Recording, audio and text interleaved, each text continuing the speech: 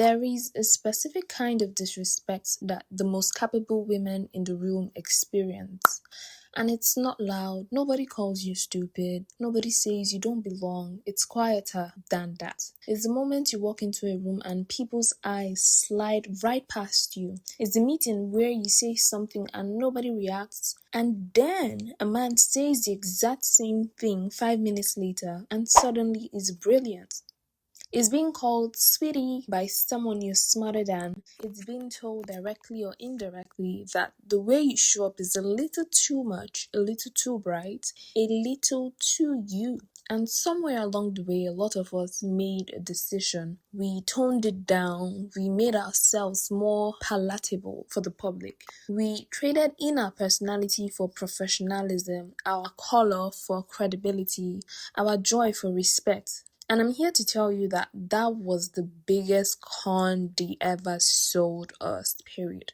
Hey loves, welcome back to Life with Joy. If you're new here, hi, I am Joy, and this channel is where we talk about becoming the most powerful, most grounded, most unapologetically ourselves version of who we are. And today we are talking about Elle Woods, the Elle Woods Effect. And trust me, by the end of this video, you're going to see the movie completely differently. Let's go. If you haven't seen Legally Blonde, first of all, just go watch it immediately after this video. You're welcome. But here's the quick version. Elle Woods is a sorority girl, pink everything, chihuahua in her bag, perfectly manicured nails, all this pink aesthetics. And then she gets dumped by her boyfriend because, and I quote, he's going to Harvard Law and she's not serious enough to be the kind of woman he needs on his arm because his status has been upgraded. Now, here's where most people would have one or two reactions. You either fall apart, your boyfriend is breaking up with you because you're not the kind of woman he wants or the kind of woman that needs to be on his arm, or you completely change to be the kind of person that fits into that role. You become who they said you needed to be, you put away the pink, you become really serious, you perform seriousness like your life depends on it. But guess what? Elle Woods did neither of that. Elle went to Harvard Law in pink, with her chihuahua in her bag, with her personality completely intact. And she graduated top of her class and won a murder trial. Can you believe that? But here's the thing that people would miss when they watch that movie. They think the lesson is, believe in yourself, or don't let people underestimate you. All perfectly valid, all perfectly fine. Yes, but it goes way deeper than that. The real lesson of Elle Woods is this: she never once apologized for who she was. Not once, not that I can think of. She walked into Harvard Law School, one of the most intimidating institutions in the world, and she did not shrink. She did not dim her light to suit in anybody. She did not perform a version of herself that would make other people comfortable or other people like her better or want to associate with her or want to be friends with her. And because of that, because she stayed completely true to herself, she was able to assess gifts, instincts, and intelligence that nobody else in that room had. Her knowledge of hair care literally solved a murder case. Her sorority connections gave her information nobody else could get. The very things people dismissed her for because of this or because of that became her greatest strengths. And this is the Elle Woods Effect. And it is real and it is available to you. I need to talk about something because this is where I think it gets personal for a lot of us. We were taught, most of us, in our schools, at home, in workplaces, wherever we work, in our relationships, both familiar, both romantic, and the list goes on, that being taken seriously requires a costume change. We literally have to dump this self and become somebody else. That authority looks a certain way, it sounds a certain way. That professionalism means being neutral, being colorless. being quiet, it means being contained into a box. And if you happen to be a woman who was warm or funny or expressive or colorful or loud or enthusiastic, you got the message very quickly that those things were liabilities, that you had to choose between being liked and being respected, between being yourself and being taken seriously. Can I tell you how many women I know, brilliant, capable, absolutely extraordinary women who have spent years performing a version of themselves at work, in relationships, in rooms that matter, that they don't even recognize anymore. They learn to lower their voices, to not laugh too loudly, to not be too excited about things because it makes them look shabby, to not wear certain things, to not say certain things, and to not take up too much space. And the most painful part of it all, it didn't even work. Because here's the truth about performing seriousness. People can literally feel when it's a performance. You don't gain genuine respect by shrinking. You just become smaller and unrespected. You lose the best parts of yourself and you don't even get what you were trying to get. The con was convincing us that the problem was us, that we needed to be fixed, that we needed to do, a costume change, when actually the problem was never us. The problem was rooms that didn't know what to do with our particular kind of power. So let me break down what the Elle Woods Effect is actually all about. Because it's not just be yourself and people will respect you, which is completely fine, but it is more specific than that and more powerful. The first part is she knew exactly who she was. She never had an identity crisis. Elle Woods never had an identity crisis. She never questioned whether her personality was appropriate. She was not confused about who she was. And that clarity, that unshakable sense of self, is actually deeply magnetic. People are drawn to people who know who they are. It's almost disarming because most people are walking around performing and pretending and trying to figure out who they are supposed to be in this room with these people at this stage of life. And then Ellie walks in completely, comfortably, unapologetically Ellie, and something in the room shifts. Not because she demanded attention, because she simply didn't need validation.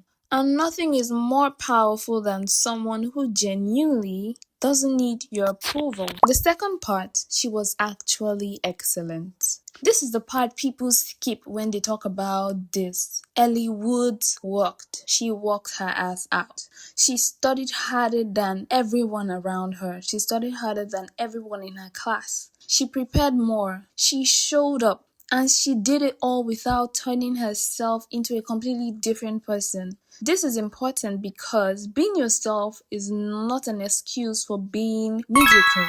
The Elle Woods Effect is not just about self-expression. It's self-expression plus excellence. It's bringing all of who you are to the table and making sure you are so good that they literally cannot ignore you. Because here's the thing, when you are excellent and yourself, that's a mad combo. You become unstoppable. People can dismiss personality, they can dismiss style, they can dismiss you because you don't have the money, they can dismiss the pink, but they cannot dismiss results. And that was what Ellie brought to the table. The third part, she never fought for respect. She simply behaved as though it was already hers. She didn't walk into Harvard begging to be taken seriously by nobody. She didn't try to convince anyone of her worth. She just operated from the assumption that she belonged here. She was meant to be here. that she was capable, that she would figure it out. And that energy, that I know I belong here energy, without arrogance or pride, without aggression, just quiet, settled certainty in her heart. That is what eventually made everyone around her adjust their perception of her, not the other way around. Now, I want to be honest with you because this channel is a no performance zone. Living the Elle Woods effect is genuinely hard because the world will test it constantly. There will be rooms that look at you and immediately decide you are so decorative. Ew, we don't want this. There will be people who hear your voice, your real voice actually, your warm voice, your enthusiastic voice, or your loud voice, and they will not take you seriously. There will be moments where shrinking feels like the easier, safer, less exhausting option. And sometimes, not always, but sometimes you will have to decide in real time. Do I dim right now or do I stay? Do I keep being myself? I'm not going to tell you that staying is always painless and you won't shed a tear or two. Sometimes it costs you something. Sometimes the room really does not adjust. Sometimes people hold onto their first impression of you no matter what you do. But here's what I know. Every time you shrink to make someone else comfortable, to accommodate somebody else, you practice shrinking. And eventually, it stops being a choice you make in difficult rooms or in difficult situations. It becomes your default setting. It becomes what you run into, what you become. You forget what your full volume even sounds like. You forget what your real laugh even sounds like. You forget what you actually sound like when you're enthusiastic about something. And the rest. And every time you walk into a room and decide, no, actually, I'm not doing the costume change today. I'm not going to try to change who I am to please another person. You actually practice being whole. And eventually, that becomes your default too. The Elle Woods effect is not a one-time decision, it's a daily one because the world will test you every day. Sometimes a moment-by-moment one. Let's get a little practical because I am not leaving you just with inspiration and motivation. Here's how you can actually build this. Number 1, get radically clear on who you actually are. Not who you've been performing or who you've been claiming to be, who you actually are. Not who you are in rooms that make you nervous. Who you are when you are completely comfortable in your A game. What are the qualities that make you you? The ones that your closest people love so much. The ones that light you up. The ones that come out when nobody is watching. When the lights are completely off. Who is that person? Write them down. Seriously, write them down. Because you cannot protect what you cannot name. Elle Woods knew she was warm, loyal, creative, determined, and genuinely brilliant at connecting with people. She knew it. She felt it. So when the world tried to tell her those things were weaknesses, she had enough self-knowledge to push back. Number 2, separate your softness from your strengths. Being warm is not the same as being weak. Being funny is not the same as being unserious. Being fashionable is not the same as being shallow. And being enthusiastic about something is not the same as being naive. These are not contradictions. You can be gentle and firm. You can be joyful and intelligent. You can be humorous and so brilliant. You can wear pink and know exactly what you're talking about. In fact, the most powerful version of you is the one where all of these things exist at the same time. Stop letting people split you in half. Number 3, be so excellent that the dismissal becomes embarrassing for them. This is the Elle Woods secret weapon. She did not argue with people who underestimated her, not once. She did not try to convince anyone with words, oh, I'm good at this. Oh no, I deserve this spot. I need to be valued. This is who I am. No, she never once tried to convince anybody. She let her work speak. She let her results speak. She let her preparation speak. You want to be taken seriously, right? Be genuinely, undeniably, can't ignore it excellent at what you do. Bring all of yourself, all of your A game, and bring your absolute best. That combination leaves people with nothing to say. Absolutely nothing to say. Mic drop. Number 4, stop auditioning. This is not a drama or a film. Stop walking into rooms in audition mode where you're monitoring every reaction, adjusting in real time. Oh, this person looked at me this way. Perhaps my outfit looks a certain way. Or maybe I shouldn't laugh so loud. Stop. If they respect you, they respect you. Stop trying to figure out if they like you. Stop trying to figure out if you command respect from them, if you're doing it right. Walk in like you already have the part. Not arrogantly, not pridefully. Just settled, calm aura, calm confidence. Decided, present, because that settled energy is what people actually respond to. They don't respond to the person who needs their approval. They respond to the person who clearly doesn't, who already knows who the hell they are. Number 5, find your signature. Ellie had pink. Pink was her signature. She had brassiere. She had the bend and snap. She had things that were distinctly, recognizably, unmistakably hers. And those signatures, those things that were so specifically Ellie, made her unforgettable.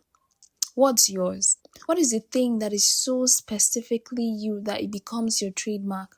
Is it your laugh? Is it how you make the room feel when you just step into it? Is it your way of explaining things? Is it your style? Is it your energy? Lean into it, amplify it, and stop diluting it. It's not soda. Stop diluting it. So this is what I want to leave you with. I want you to know that the world will not always make space for you. Some rooms were not built with you in mind. Some people made up their mind before you opened your mouth. They already had an image of you before you even opened your mouth. And none of it is a reason to make you smaller. Because here's what Elle Woods understood that took me a long time to learn. You do not earn respect by making yourself easier to dismiss. You earn it by being so fully, so completely, so excellently yourself that dismissing you becomes impossible.